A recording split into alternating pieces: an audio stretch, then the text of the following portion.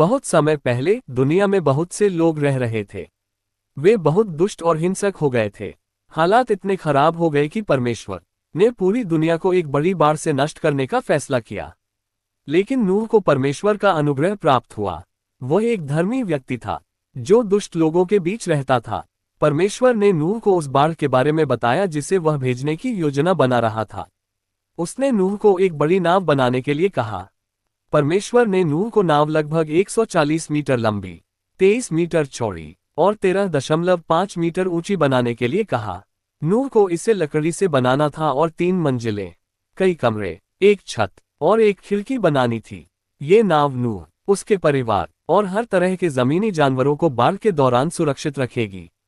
नूह ने परमेश्वर की आज्ञा मानी।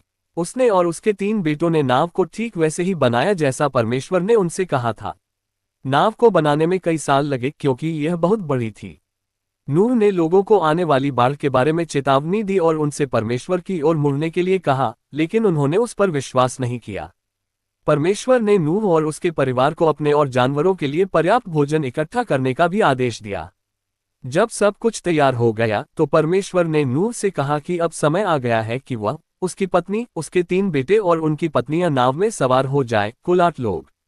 परमेश्वर ने नूह के पास हर जानवर और पक्षी का एक नर और एक मादा भेजा ताकि वे नाव में जा सके और बाढ़ के दौरान सुरक्षित रह सकें। परमेश्वर ने हर तरह के जानवरों में से 7 नर और 7 मादा भेजे जिन्हें बलि के लिए इस्तेमाल किया जा सकता था। जब वे सभी नाव में थे, परमेश्वर ने खुद ही दरवाजा बंद कर दिया। फिर बारिश होने लगी और बारिश 40 दिन और 40 रात तक बिना रुके बारिश होती रही।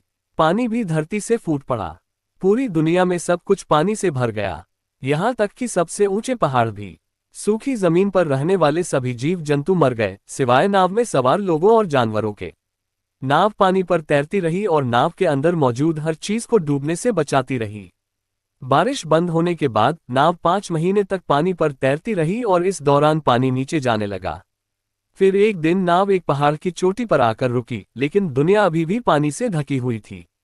3 और महीने बाद पहाड़ों की चोटियां दिखाई देने लगीं। 40 दिन बाद नूह ने कौवा नामक एक पक्षी को ये देखने के लिए भेजा कि पानी सूख गया है या नहीं। कौवा सूखी जमीन की तलाश में इधर उधर उड़ता रहा, लेकिन उसे कोई जमीन नहीं मिली। बाद में नूह ने कबूतर नामक एक पक्षी को भेजा, लेकिन उसे भी कोई सूखी जमीन नहीं मिली, इसलिए वह नूह के पास वापस आ गया। 1 हफ्ते बाद उसने कबूतर को फिर से भेजा और वह अपनी चोंच में जैतून की एक शाखा लेकर वापस आया। पानी कम हो रहा था और पौधे फिर से उग रहे थे। नूह ने 1 और सप्ताह प्रतीक्षा की और कबूतर को तीसरी बार बाहर भेजा। इस बार उसे आराम करने के लिए जगह मिल गई और वह वापस नहीं आया। पानी सूख रहा था। 2 महीने बाद परमेश्वर ने नूह से कहा, अब तुम और तुम्हारा परिवार और सभी जानवर नाव से बाहर निकल सकते हैं। बहुत से बच्चे और नाती पोते पैदा करो और पृथ्वी को भर दो। इसलिए नूह और उसका परिवार नाव से बाहर आ गया। नूह के नाव से उतरने के बाद उसने एक वेदी बनाई और हर तरह के जानवर की बलि दी, जिसका इस्तेमाल बलि के लिए किया जा सकता।